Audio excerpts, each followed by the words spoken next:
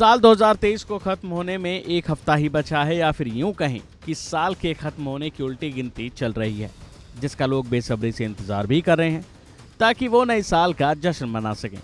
हर कोई new year को अपने अपने तरीके से सेलिब्रेट करने में लगा हुआ है। इसके लिए प्लान बनाए जा रहे हैं। कोई अपनी फैमिली के साथ प्लान बना रहा है तो कोई अपने दोस्तों के साथ, क्योंकि न्यू ईयर के मौके पर ऐसा ही होता है। लेकिन क्या आप जानते हैं कि मुस्लिम धर्म का नया साल इस तारीख से शुरू नहीं होता? मतलब कि ज़रूरी नहीं कि सबका नया साल 1 जनवरी से ही हो। मुस्लिम धर्म में यानी इस्लामिक धर्म के अनुसार नया साल किसी और तारीख से होता है। आइए आपको बताते हैं कि इसकी क्या वजह है। पहले आपको बता दें कि 1 जनवरी को नया साल बड़े ही धूमधाम से मनाने की तैयारी चारों ओर चल रही है। क्या आपको मालूम है कि 1 जनवरी को नया साल मनाने की परंपरा ईसाई धर्म से आई है और उसी से ये परंपरा निकली है जो आज तक कायम है। इसी के साथ अगर बात की जाए, हिंदू धर्म में नया साल चैत्र मास को मनाया जाता है, जिससे ये साबित होता है कि अलग अलग धर्मों में नए साल को मनाने के लिए अलग अलग समय निर्धारित हुए पड़े हैं। हिंदू समुदाय की तरह ही मुस्लिम धर्म भी 1 जनवरी को नया साल नहीं मनाते, क्योंकि अगर नज़र डालें उनके इस्लामिक कैलेंडर पर तो ये अलग तारीख दिखाता है। इस्लामिक कैलेंडर के मुताबिक देखें तो मुहर्रम के महीने को साल का पहला महीना माना जाता है।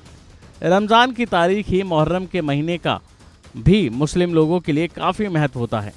इस महीने में बहुत इबादत होती है।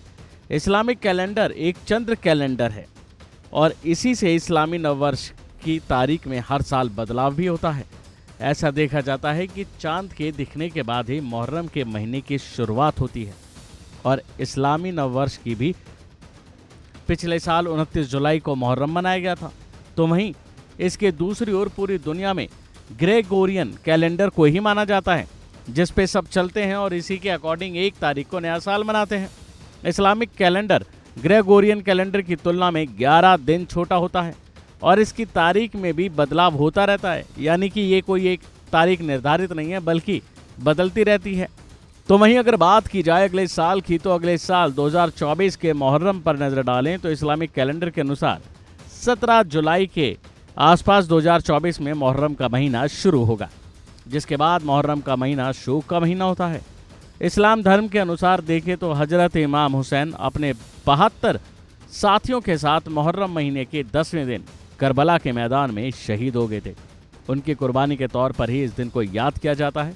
मुहर्रम के 10वें दिन को आशूरा कहते हैं और इस दिन ताजिया निकालने का भी रीति रिवाज है, जो आपने अक्सर देखी होंगी कि शिया लोग किस तरह से ताजिए निकालते हैं और इस दिन को मातम के तौर पे मनाते हैं। अभी के लिए फिलहाल इतना ही। खबरों में बने रहने के लिए देखते रहिए वन इंडिया हिंदी।